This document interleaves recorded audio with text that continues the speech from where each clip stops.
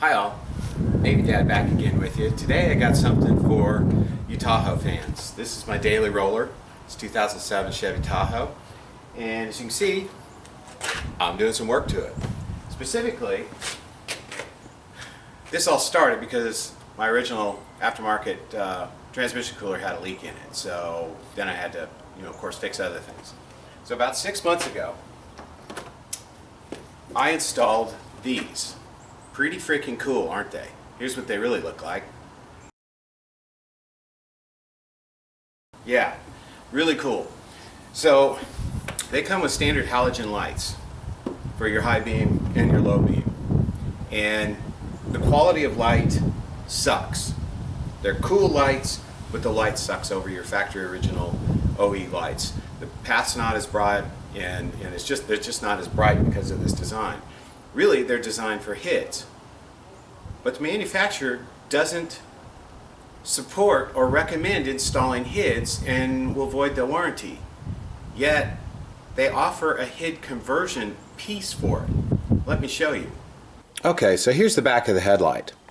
Here is the door for your high beam, which is a 55 watt standard halogen bulb. Now, anyway, but this is what it looks like. So again, you pop that cover off and you replace your high beam, and then this cover, as you can see, is I've already got this unscrewed, but this is where the main low beam is, and here it is. It's just a standard H7. Okay, so the kit comes with this. So no instructions, nothing on the website, nothing in the instructions online, nothing in the instructions in a box. It just comes with this. I mean, how bizarre is that? Well, obviously, this is for installing HIDs. There you go. Now, one thing I will say is forget about trying to do LEDs. With the new style LEDs that they have with the fan in the back, this one, it won't fit. And you would have to retrofit this entire thing, and I suppose you could do it, but I've seen some guys report online, they said they put them in there and it freaking melted it. So don't even bother with that. Just stick with the HIDs if you're going to do it this way.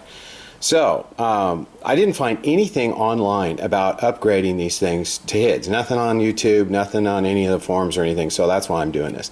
And I'm doing this really quick, so sorry if I missed something because I'm about to go out of town on a long trip and I want to get these done. So let me show you. First, I'll show you how to install it here on the into this piece, and then I'll show you how to neatly install it on your truck. Okay, before we go that farther, I want to tell y'all something about changing headlights on Tahoe or Suburban, a GM 900 series truck built from 2007 to 2014. It's exactly the same. You've replaced these if you have one. You know it's a pain in the ass. You know that there's ways around it to wiggle things and get behind things. Don't do that. You're going to end up damaging your bumper like the previous owner of my truck did. Check this. Right. It tears it. If you are not careful, it will tear the bumper. The bumper is big, it's heavy, but it's flimsy. So take the bumper off. It only takes 10 minutes to do. It's very easy. You got 6 bolts that go across the top. On your splash shield down here, you have 2 8mm bolts, and then you have 5 pop rivets, little plastic pop rivets, and that to remove that. Then there are 2 10mm bolts right here. You undo those. You undo the 6 bolts here, and then there is 1 10mm bolt that's right here and right here on each side. You disconnect your fog lights, and the bumper comes off. It's that simple. Don't be afraid of it. Just do it that way, or you're going to damage stuff. Plus that, there's a lot of guys online that I've seen that have broken the tab on their headlight trying to get to this. Because technically, really, I mean, you're going to have to pull that bumper down while it's still attached, and you're going to rip it. So just take the bumper off. It's fast, it's easy, and it makes it nice and clean and easy to work on, especially when you're replacing the headlights. In fact, if you're replacing the headlights, you absolutely have to do it, or it's just you're gonna bleed. So anyway. We'll get back to installing the HID. Okay, so I'm specifically talking about installing a very specific set of lights for this truck. And it's made by these guys here that I got on Amazon. One that came highly rated on Amazon. There was like, I don't know, almost 2,500 people, and it was a 4 to 4.5 stars. One thing that you do want to use, and this is a basically it's a capacitor. We care about using this because it's not only a capacitor, but this is what will stop flickering. And basically it's anti-flickering device. And the thing about this is you want to use this because that kind of pulse, an electrical pulse, will burn out the ballast in the bulb quicker. So this was freaking $8. So it is just cheap insurance. In fact, as you remember back in the day, not too long ago, headlight conversions were expensive as hell. You're going to pay 150, 160, 200 bucks for it. Well, now you can get a really good set for less than $50, simply because LED is taken over. So anyway, again, this is specifically this kit, and I'll show you the kind of cool way I found to install it on your Tahoe. It makes it nice and neat, and also keep it from overheating, rattling, and that kind of stuff. So here we go. Okay, so the first thing you need to do is take this, and if you can see this, let me get in there. You see how I took a Dremel and I cut out that little tiny hash mark there, because this won't fit through there. Pull everything through.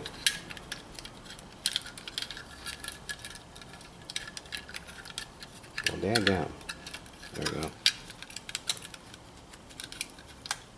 And I've still got the cover on here, just protect the bulb, because just like halogen bulb, don't freaking touch it. Pretty much if you touch it, you're hosed. You might be able to clean it with alcohol, but just do not touch the bulb. What it does is it's the oil on your skin that makes the bulb burn irregularly, and that's why they burn out. And just make sure that's, see that? Nice and fit. I mean, isn't this funny? Okay, this is definitely a HID conversion kit. They say nothing about it. I even emailed them and asked them what they recommended, and they said, well, we don't recommend, we don't support, and we don't warrant if you're going to use HIDs in these lights. But if you are, we recommend using 35 watts. So I don't know. I don't know why. So anyway, here we go. And all right, next step. All right, so I've already unscrewed this. Pull that off.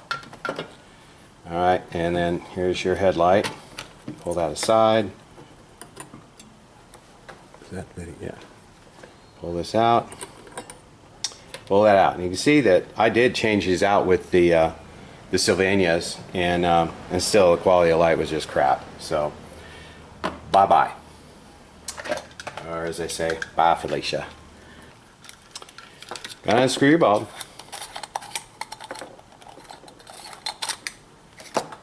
Again, don't touch it. Alright, you gotta cut that off. Doesn't come out any other way. Alright.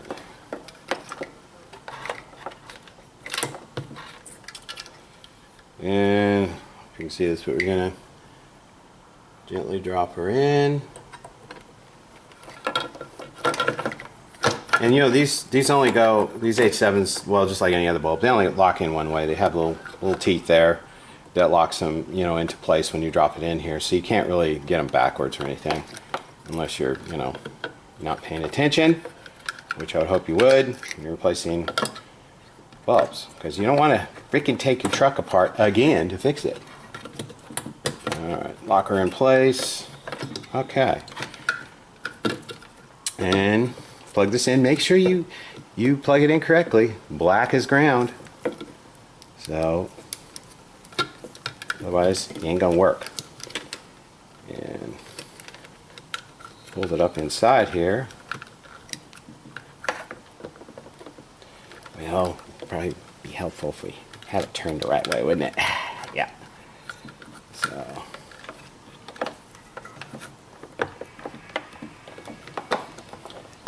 alright, and then screw it down.